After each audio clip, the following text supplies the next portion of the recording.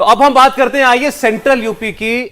Central UP में कितनी सीटें हैं सीएनएक्स के सर्वे में देखते हैं। 63 सीटें दिखा रहे हैं भावेश झा। इसमें 48 में बीजेपी, सपा 12, बसपा 2, कांग्रेस 1, अन्य 0। तो यहां पर भी लगभग स्वीप सा है बीजेपी के लिए आपके सर्वे के मुताबिक। फिर बता दें सेंट्रल यूपी में सीएनएक्स का सर्वे जो है 48 सीटें दे रहा है योगी आदित्यनाथ को, सिर्फ 12 समाजवादी पार्टी को, 2 बसपा को। कांग्रेस का खाता खुलता दिखाई देता है सीएनएक्स के सर्वे में। पहली बार हम तीसरे रीजन की में आ चुके हैं, अब कांग्रेस को 1 सीट। पहले बताइए इस रीजन में आप कौन कौन सी सीटें जिलों की बात कर रहे हैं?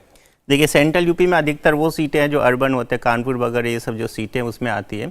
बीजेपी पिछली बार यहाँ पे 49 सीट जीती थी, इस बार लगभग उसी तरह की परफॉर्मेंस बीजेपी की है। इसकी जो सबसे बड़ी वजह है, जो बीजेपी का जो पूरे यूपी में जो इस बार गेम था उसमें ये था सोशल सिक्योरिटी, सोशल स्कीम और प्लस सिक्योरिटी। इन तीनों का सबसे ज़्यादा आप इफेक्ट देखेंगे तो जो अर्बन बेल्ट वाली जितनी भी सीटें, जिसमें अवध वाली हो गया और ये वाली सीट, उसमें सबसे ज़्यादा इफेक्ट है, जिसका नतीजा है कि बीजेपी लगभग पिछली बार की तरह उसका परफॉर्मेंस रिपीट हो रहा है। तो भावेश ये कह रहे हैं कि जिन 63 सीटों को सेंट्रल यूपी में वो दिखा रहे हैं, पिछली बार 2017 में 63 में से 49 मिली थी, आप 48 दिखा रहे हैं, यानी सेम रिपीट परफॉर्मेंस। तो ये अपने आप में बड़ी अचीवमेंट होगी अगर ये नतीजों में तब्दील होता है। तो समाजवादी पार्टी के लिए क्या नुकसान हुआ है सबसे ज्यादा? यही कि अर्बन सेंटर्स में बीजेपी ट्रेडिशनली अच्छा करती है। जैसे आपने अभी कहा कि अखिलेश यादव का जो पूरा कैंपेन था वो कम से कम खासकर मुख्यमंत्री योगी के खिलाफ बहुत टारगेट करते हैं। जो खासकर किसी भी स्टेट पे जो आप किसी एक आदमी को टारगेट करोगे तो वो आपके अगेंस्ट ही जाता है। जैसे आपने बंगाल याद रखा होगा, बीजेपी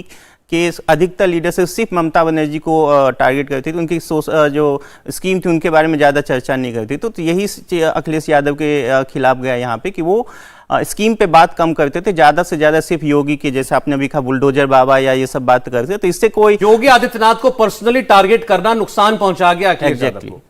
चलें ठीक, तो ये सेंट्रल यूपी की बात हो रही है सीएनएक्स की, और इसके साथ साथ आप हमारी जो ऊपर टैली चल रही है वो लगातार देखते रहे, क्योंकि 2 सर्वे चल रहे हैं। तो 210 सीटें 403 में से एक, इसमें से उसका सर्वे सीएनएक्स ने किया है, 203 में से 130 सीएनएक्स के सर्वे के मुताबिक जो है वो योगी आदित्यनाथ जीत सकते हैं, ये हमारा एक सर्वे कह रहा है। अभी मैं दूसरे सर्वे की बात करूंगा, सीएनएक्स का सर्वे देख लीजिए फिर आप। 130 पर बीजेपी, सपा 73 पर, 210 में से 130 बीजेपी। तो बीजेपी बड़ी बढ़त की ओर आपके सर्वे में कम से कम बढ़ती हुई दिखाई दे रही है। अभी भी आपने लगभग 50 से 1 सीटों का गैप जो है इन 3 रीजन में ही देखें तो क्रिएट हो गया है दोनों के बीच में।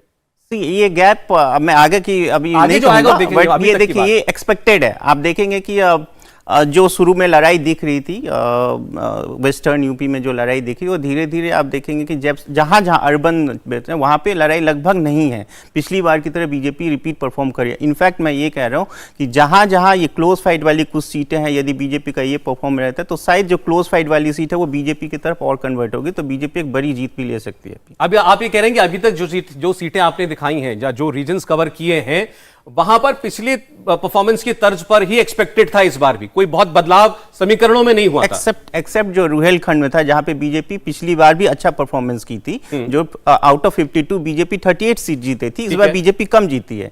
बीजेपी इस बार जो गठबंधन हुआ उसका असर जो इनको बीजेपी को खामियाजा उस बेल्ट में हुआ, फिर कुछ सीटें जो पश्चिम में वहां पे भी उसको नुकसान जरूर हुआ है। तो ये चीजें फैक्टर है, लेकिन बीजेपी को डेंट कहना हराने वाली स्थिति में नहीं है अभी तक। चले, तो बड़ी खबर जो निकल के आ रही है एग्जिट पोल से, बता दें आपको कि यूपी में बीजेपी को बहुमत मिल सकता है। अभी तक का एग्जिट पोल इस ओर इशारा कर रहा है, क्योंकि हमने देखा पश्चिमी उत्तर प्रदेश, उसके अलावा सेंट्रल यूपी हो और बुंदेलखंड, यहां बीजेपी बहुत अच्छी परफॉर्मेंस देती हुई दिखाई दे रही है।